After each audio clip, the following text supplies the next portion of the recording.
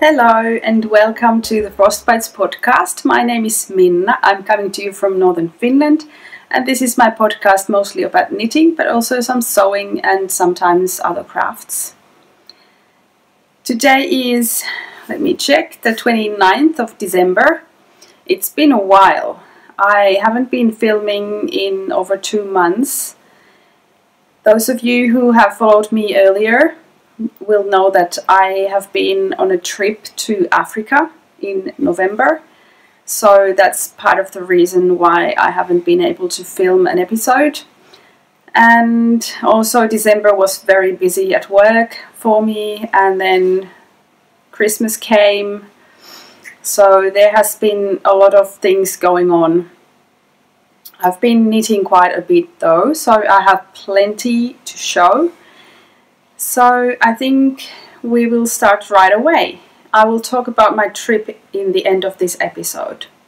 So if you're only here for the knitting, then you can skip the rest of the episode. But let's get on with my works in progress and finished objects. And I think we will start with finished objects. The light is pretty horrible at the moment, so I hope the colors will show properly on the video. We don't really have much daylight in this time of year, and today has been a very cloudy and snowy day, so there is even less light. I have turned on all the lights in my apartment, so hopefully that helps a bit.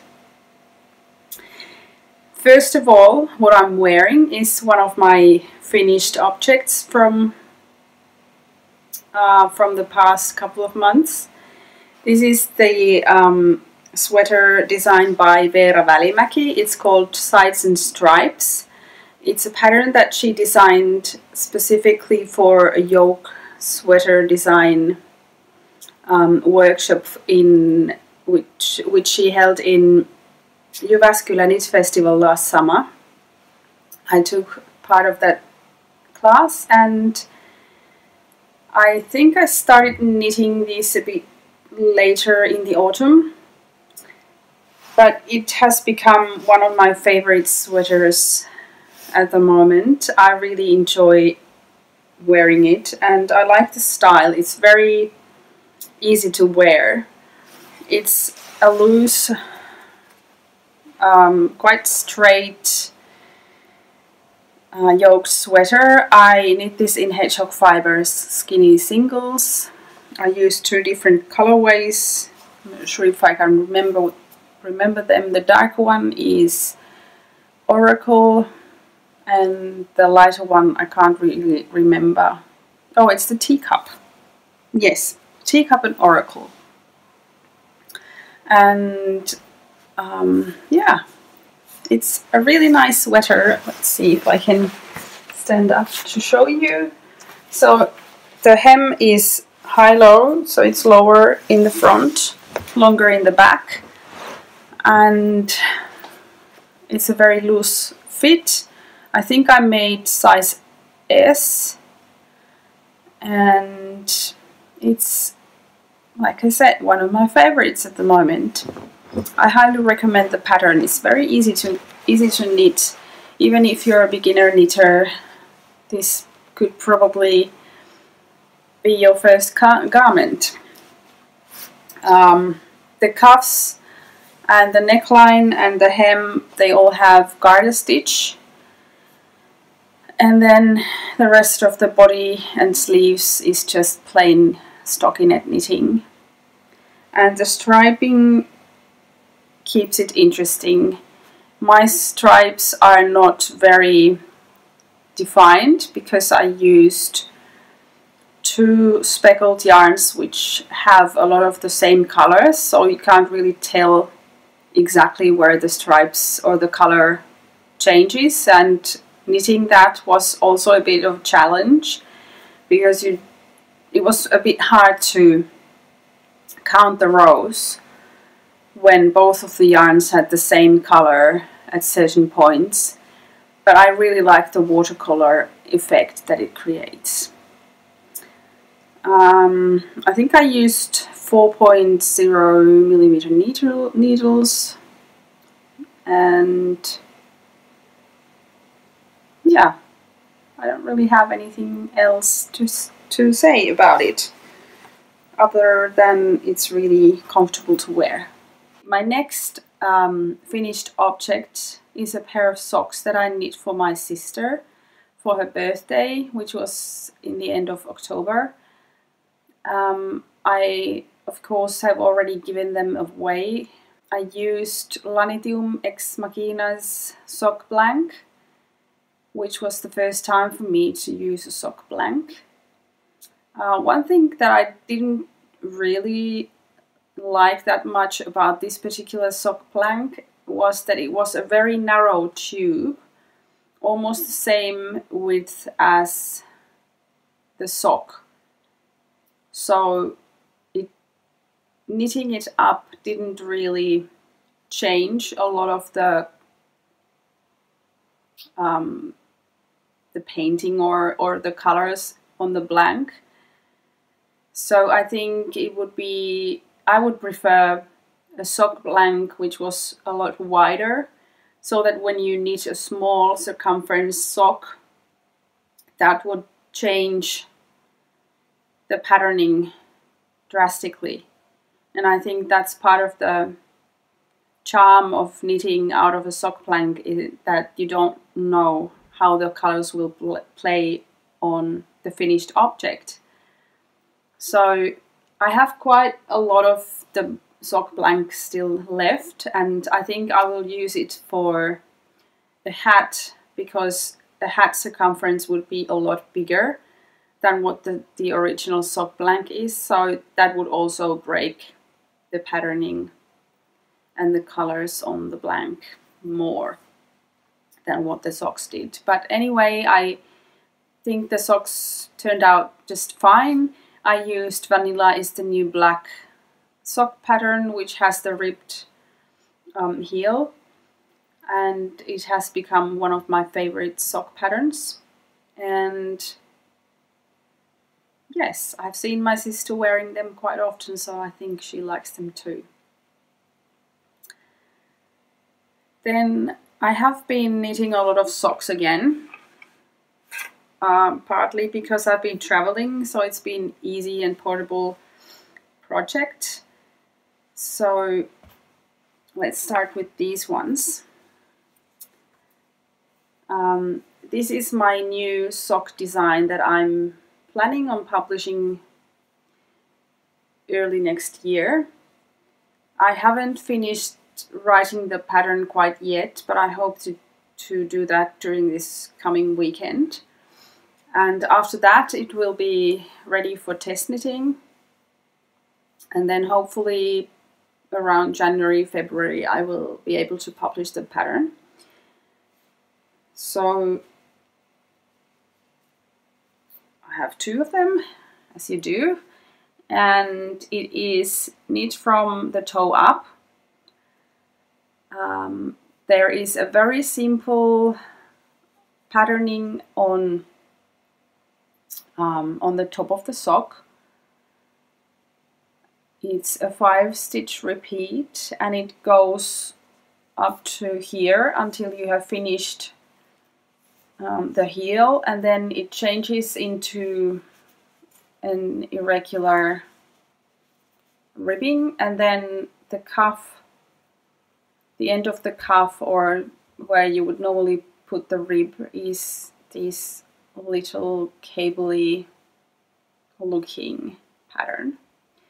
So there are 3 different stitch patterns in this sock, which you can of course switch around or just pick 1 or 2 that you use, but I will include all of the 3 in the pattern. So the heel is also worked from like in the opposite direction that you would normally do a heel flap. But it looks as if it is a heel flap and gusset. And I think this one size, I think I'm going to just write the pattern for just one size, because the pattern part is quite stretchy, and you can also adjust by choosing a thicker yarn or go up a needle size if you like. And I have also started another sock in this pattern in a variegated yarn, so I will show it in a minute so that you know how it changes when you use a more colorful yarn. And if you are interested in testing for me, send me a message through Instagram or Ravelry and I will send the pattern. I need a few knitters, and if you are a quick knitter, that would be even better. So, and you only need to finish one sock because they are identical, so it is enough for me for my test knitting if you complete the first sock by the deadline. So look for that in the coming months. It will be called Desert Fog, and the name was inspired by my trip to Namibia. There's a large arid desert area in Namibia which goes all the way to the coast, and because of the sea brings in a fog every now and then to the desert, which gives moisture for the plants, and that is quite a unique phenomenon in that particular area. So I wanted to call my socks Desert Fog. Then I have one more whip, which are also socks that I finished on my trip to Namibia. They were a good project to work on the long car drives that we had. We drove over 3,500 kilometers during the 2 weeks that we stayed in Namibia.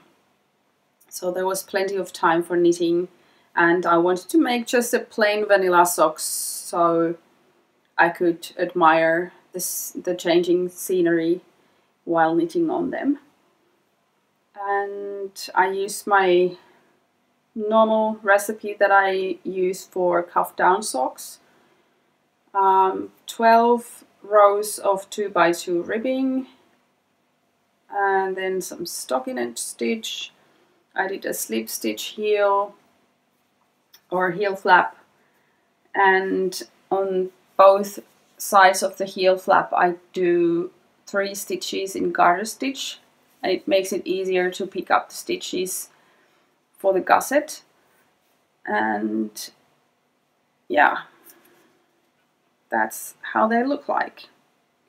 And the yarn that I used is or was fiber seed sprout sock, which I got from my friend earlier this year, I think, when she traveled to Florida.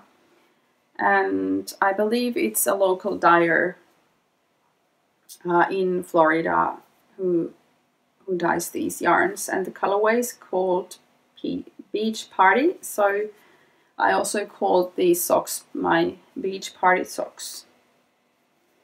And if you want to find out more information about my projects, you can go over to my Ravelry project page. You can find me as Finfrost over in Ravelry as well as on Instagram. And I don't really write that much information on my projects, but I do tell which yarn I use, which size I used, and of course which pattern I used if I had a pattern, and I put photos. But feel free to ask more questions if you have any in mind. I think that's all of my knitting FOs. I also have one sewing FO, but it's in the laundry and I couldn't be bothered to dig it up, so I will show it on my next episode, which I will probably film pretty soon. Yeah, so let's move on to whips. I have a lot of whips right now. I've been starting new ones not every day, but at least every week around Christmas. But I have my oldies as well. I haven't worked on this sweater after the trip at all. I knit a few rows before I left, so it has progressed a little bit. I have now attached the sleeves to the body, and I'm at the point where I'm supposed to start the color work for the yoke. And I have now decided that I will use my plant dyed orange madder root yarn for the 4th color, or is it the 5th? 4th, I think. The other ones, or the 3 colors that I have used earlier, are all natural shades, Finchip wool, and then there is a tiny bit of green here in the hem and in the cuffs. So that I dyed with birch leaves, and then I will add this orange, which I think will go pretty well with the other colors. It will add a little bit of a color pop to the palette. But like I said, I haven't been working on this at all after the trip, but hopefully when winter continues I will dig it up and start working on it again. The reason why I haven't been working at all on this one is the next project that I'm going to share. It lives in my beautiful So Sweet Violets project bag. I received it in the advent calendar I ordered from her this December. I've been absolutely enjoying every single little gift that I was opening each day. I will show those also on my next episode, so that this one doesn't get too long. But here I have my mum's birthday cardigan, and I've been really trying to get this done because my mum has her birthday, her 70th birthday in January, early January, so I don't have a lot of time anymore, about a week. But I have already started on the first sleeve, and I think it's halfway now. I have finished the body, and then I have the other sleeve as well. I think I was actually a little bit intimidated by this pattern because it's patterned all throughout. But the seed stitch that is used in the body and in the sleeves is actually very simple to make, and it doesn't really require a lot of brain power. You just need to pay attention that you know which row you're working. And then there is a cable detail in the front next to the button band, which is worked at the same time as you knit the body, so you don't have to pick up the stitches afterwards. And the yarn that I have used is Rainbow Heirloom Solo Merino or Merino Solo, can't remember, but it's their singles base, and because it is hand-dyed yarn, I'm alternating skeins, and I think it is working pretty well. The original pattern, which is written by Joji Locatelli, is designed for Tuku wool fingering, I think, and it is a very different yarn from the singles that I'm using here. It's got more structure and tooth to it, so I was also a bit worried about how well this yarn would show the pattern, but I think it's good. And my mom wanted to get a cardigan that isn't itchy, and this certainly isn't, so she can wear this next to skin, and it doesn't actually matter if it grows a little bit. I'm actually hoping that it will once I block it, because it is quite a snug fit, and I think she would prefer a bit looser one, so hopefully I can block it a little bit wider and maybe a bit longer as well. But I'm quite confident that I can finish this in time. I'm still on Christmas holiday for 4 or 5 days, so I have plenty of time to work on this, and it shouldn't take me much longer with the sleeves.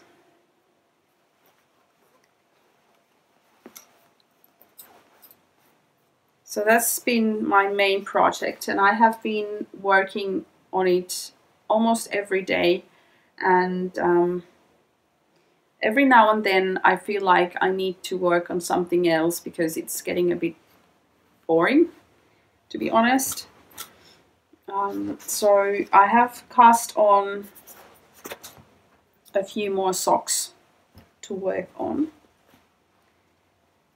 First of all,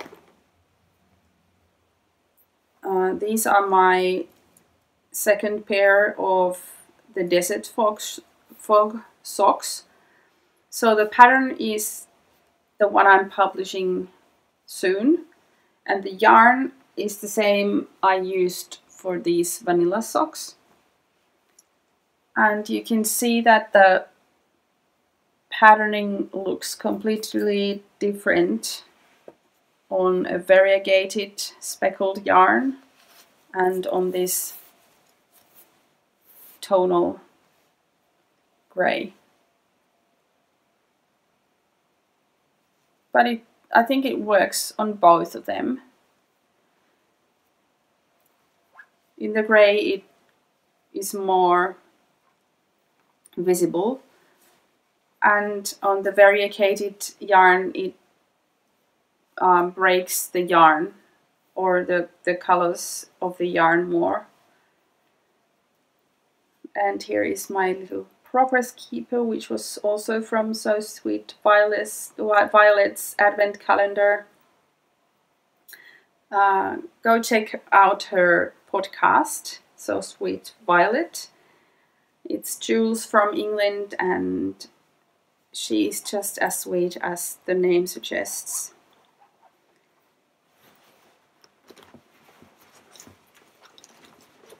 And then I have just a pair of vanilla socks again. With these I'm doing the afterthought heel. I'm just knitting a long tube, and then I will do the toe decreases, and then afterwards I will make the heel using the Curvy Wurvy tutorial on YouTube. And here I'm using Knitlop's Layer Väinämöinen sock yarn, and you might remember seeing similar socks. I have knitted a pair for my friend last year for Christmas, or for, yes, I think it was Christmas, in the same colors. Unfortunately, I don't have the tags anymore, so I don't remember the colorway names. But it's a fingering weight sock yarn that I use all the time. And then finally, I have my Christmas Eve cast on, which I keep in this cute little bag that I bought from South Africa just before we were boarding the plane to come back home. It says, if you want to travel fast, travel alone. If you want to travel far, travel together. African proverb. And it's yellow inside. So here I have yarn which I received also from So Sweet Violets. Why is it so difficult to say? So Sweet Violets advent calendar. It's Nora George yarns. Very beautiful. The colorway is called Where Winter Roses Grow. It's 75% superwash merino and 25 nylon. And it's a bit thinner than the normal fingering weight because you have 425 meters per 100 grams. It's super soft and I just love these colors. Pink is right up my alley, and this is my Christmas Eve cast on which was started. The tradition of casting a new pair of socks on Christmas Eve is started by Danny of the Little Bobbins podcast, and this Christmas time she designed a new sock pattern that you can also use. But even though I loved Danny's new pattern, I decided to use another pattern which I already had. It is the X socks by Finnish designer Leeni Hoimela. And I don't know how, but I messed up a lot of different things knitting this sock. It's not the fault of the pattern, it's just my Christmas brain wasn't really working. It's a toe-up sock, and Leeni has written 2 different sizes in the pattern. The other size is for thinner yarn with more stitches, and then the other size is for thicker yarn with less stitches, and the smaller stitch count was 60 stitches around, which I usually use for thinner yarn. So even though I'm knitting with thinner yarn, I'm using the thicker yarn size. And when I started working on this, I wasn't paying attention, and I used the wrong chart for this number of stitches. And I was wondering why it didn't add up in the end of the row, but I thought that it doesn't matter. I just kept on knitting until I just realized that I had been using the wrong chart. But anyway, I think it only means that I have probably less stitches between these cable thingies that go, these lines, but it still works. And then I was knitting and knitting and knitting and not paying attention, and I realized that I had gone way past where I was supposed to be increasing for the little gusset that there is. So I ripped back, and now I think I've finished the gusset, but I made a few more increases than what the pattern called for, because I feel that I need it in my socks, and then I have to figure out the short row heel, how it works with yet a different stitch count that I have. But anyway, I will figure it out. And here is also one progress keeper from So Sweet Violet's advent calendar. And I'm using my 2.5mm Lykke needles, which were a pleasant surprise. Being a wooden needle, I don't really enjoy using wooden needles that much. But these ones have been pretty good.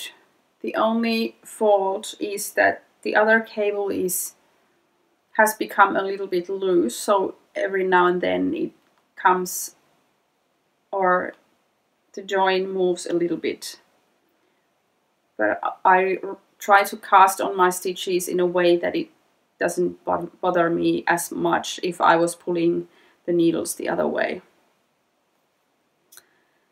Anyway, really beautiful pattern, gorgeous sock yarn, and I'm really looking forward to finishing these and be able to wear them.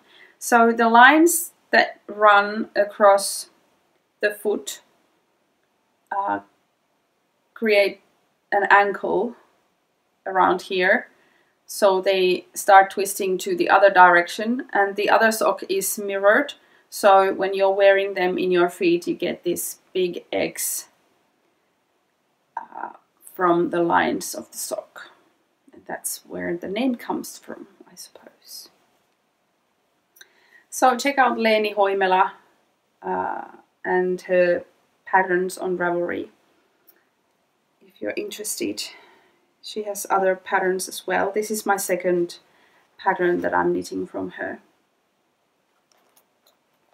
And also check out her beautiful, gorgeous speckly yarns. The colors are just amazing. The yarns are called Lustig yarns. Have we finished all the whips? I think we have. So I think I'm trying to keep this episode a bit shorter. There are so many things that I could show you and tell you, but I thought that I would divide my things into 2 different episodes that I'm hoping to film and upload quite close together. I will now tell a little bit about my trip to Namibia and South Africa. And on the next episode I will probably show you the yarn that I got from there and other bits and pieces. But if you're not interested in that, I hope you have a lovely holiday if you're on holiday. Otherwise, happy rest of the year and Happy New Year, which is in a few days, and I'll see you next time. But if you want to continue with me on a little trip to Namibia, you're welcome to join me. And let's start from the beginning. So this was a trip that I've been working on for 2 years. It was a work trip for me. I work for the Lutheran parish here in our town, and part of my work is coordinating mission work. And this trip was to travel to a place where first Finnish missionaries went to 160 years ago. So the aim of the trip was to get to know the history of Finnish mission work and also get to know the local people and to see what has been done over the years with the help of Finnish people and the Finnish missionaries, and also what it is like nowadays. So the work of the parishes nowadays, and of course when you travel to such a beautiful country as Namibia is, you want to see the nature as well. So we saw a lot of the wildlife as well, and the many different sceneries around. So first of all, we arrived in Windhoek mid-November, and our trip in Namibia was for 2 weeks, and then in the end we flew to South Africa, to Cape Town, for a couple of days. But the main part of our trip was in Namibia.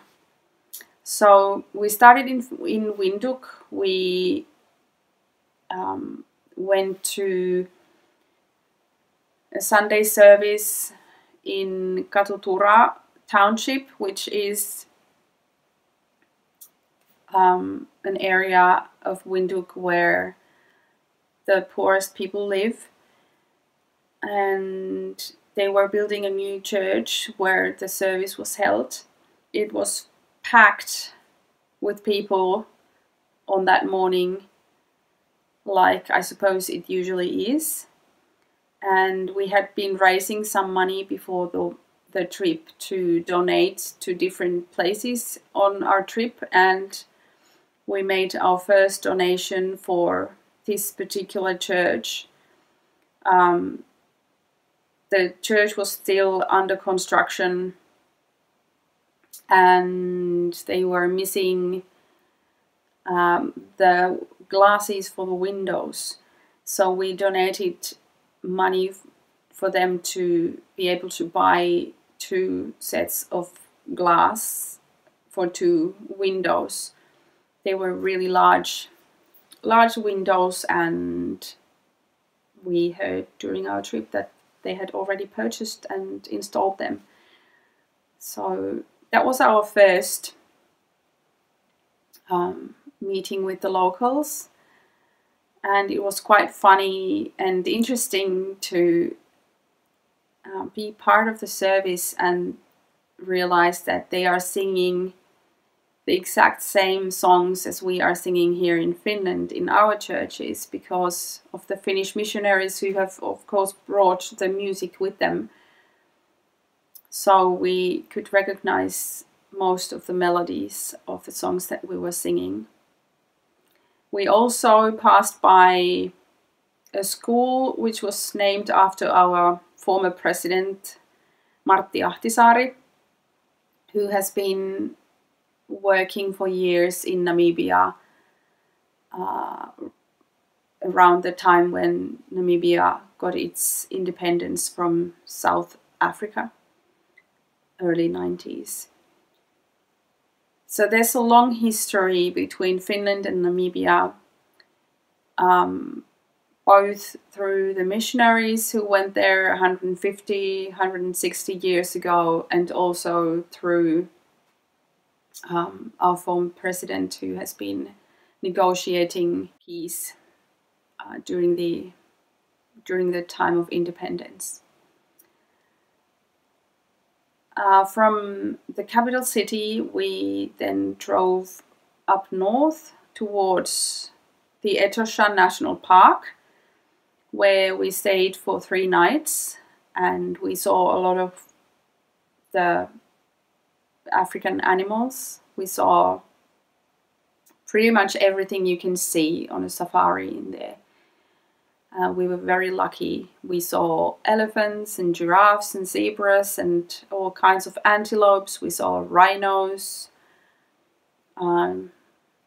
leopards, we saw a cheetah, all the possible animals that you could think of, and a lot of beautiful, colorful birds.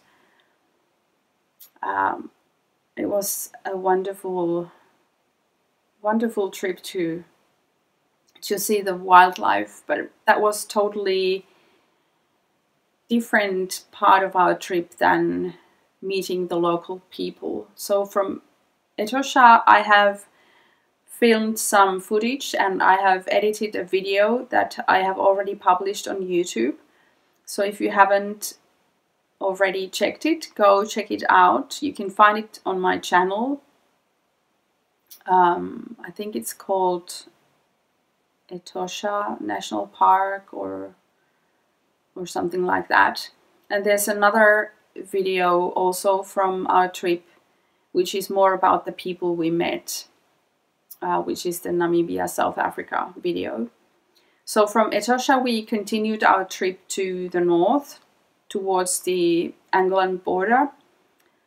And that's the area which is called, or actually it was called, the Ovambo land. And that is the name by people, Finnish people know a lot of the stories from the history of mission workers, because the first ones who went there started their work in Ovambo land, in Olukonda and Onipa,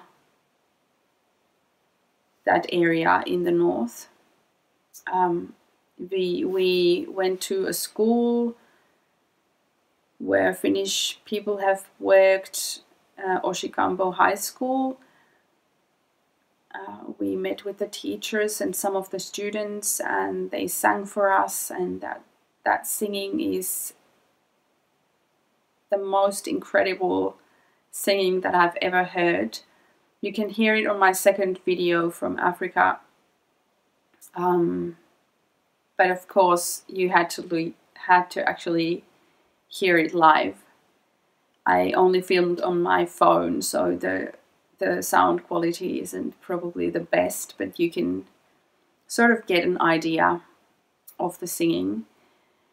We also visited a hospital, a quite large hospital, which was founded by a Finnish missionary lady called Selma Rainio.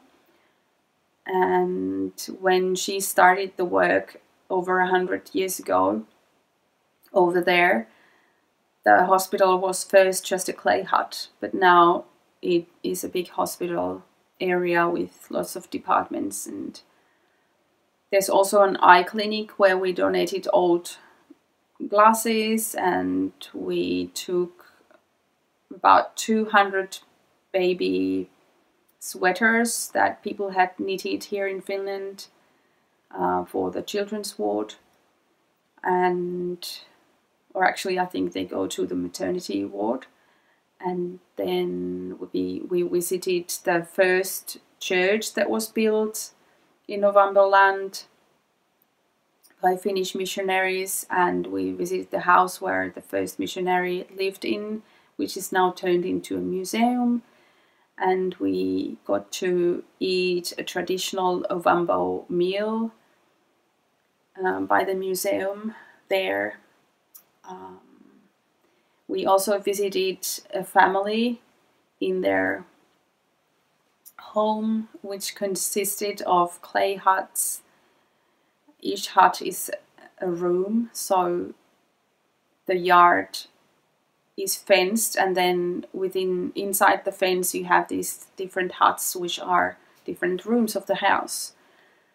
And I learned a bit of basket weaving there from the grandma, and we got to try how to ground the I forget the name of the plant, but what you use to make the porridge, the traditional porridge there. And then we visited the printing press shop, which was right next to the church. And that time that we spent in Ovambo land was the most special time, at least for me personally, because I've been hearing about the stories of the missionaries for years and years, even from my childhood. So it was so wonderful to actually see all the places with the familiar names with your own eyes, and to meet the people who knew the missionaries who'd been working there, or to meet their children or grandchildren. And they all carry the legacy of that in their heart.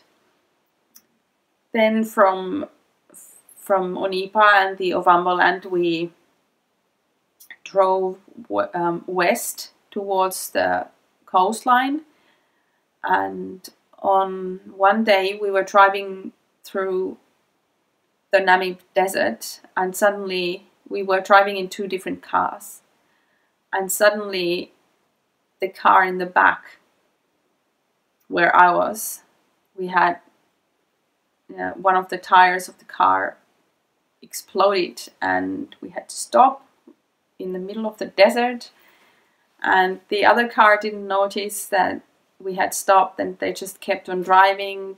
Because of all the dust, they couldn't see that we had been left behind. And luckily we had a spare tire, so our driver started changing it immediately. We had to take out all our luggage from the trunk to make the car lighter, so it would be easier to lift up for the tire change. And then after we had changed the tire, we continued driving. We drove about 15 minutes, and then another tire was punctured. Luckily, that could be fixed with a fixing kit, because we didn't have any more spare tires. And we were then able to make our way to the nearest city where we had the tires properly fixed. We had dinner, and then luckily we had no plans for that evening. So we arrived quite late to Swakopmund, where we were supposed to stay the next few nights. We went to see the Petrified Forest, which is one of the World Heritage Sites in Namibia. And later on we drove to the dunes of Sossusvlei, the most incredible place I've been to, I think, in this world. Just red sand everywhere, and these huge high dunes, and then there is this dead valley of dead trees in the middle of the dunes. And that's actually where I had a photo shoot of my new sock design, so you will see the photos from there once the pattern is finished. And then I might actually put a few here for you to see. And then we drove back to Windhoek for one more night until we flew to South Africa, to Cape Town. And in Cape Town we pretty much stayed in the city for the most part. We went to the Cape of Good Hope and to Stellenbosch, to Kayamandi township, where we had a walking tour with a local guide telling us about the township, and we also visited a couple of different vineyards. And yeah, we unfortunately were not able to go to Robben Island because of a mix-up, and then the next day we tried it again. The weather was too windy, so they were not taking people to the island that day, so we missed on that. We went to the botanical gardens in Cape Town, in Kirstenbosch, and I was able to find some yarn as well, which I will show you later on the next episode. Yes, so all in all, it was a fantastic trip. It has been very difficult to adjust to the darkness and cold weather that we have now here in Finland. I've never struggled with the darkness so much before. But luckily we do have plenty of snow, more so than many previous years at this time of the year, so it's good. I'm hoping to go skiing one day on my holiday if the snow stays, and soon it's time to go back to work as well. So I will enjoy my last few days of holiday here in Finland, and I will be doing lots of knitting, hopefully doing some pattern writing. I have some new ideas as well, but when I'm working full-time, I don't really have a lot of time for my pattern making, but slowly I will try to make progress with those two. And I'm really looking forward to March, which is the time of the Edinburgh Yarn Festival, which I'm attending again this year.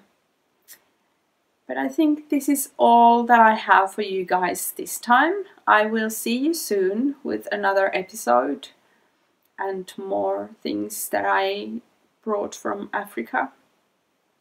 And in the meantime, go check out my little videos from Africa. I'm planning on making a third one as well of those short videos. I still have some material that I haven't used, so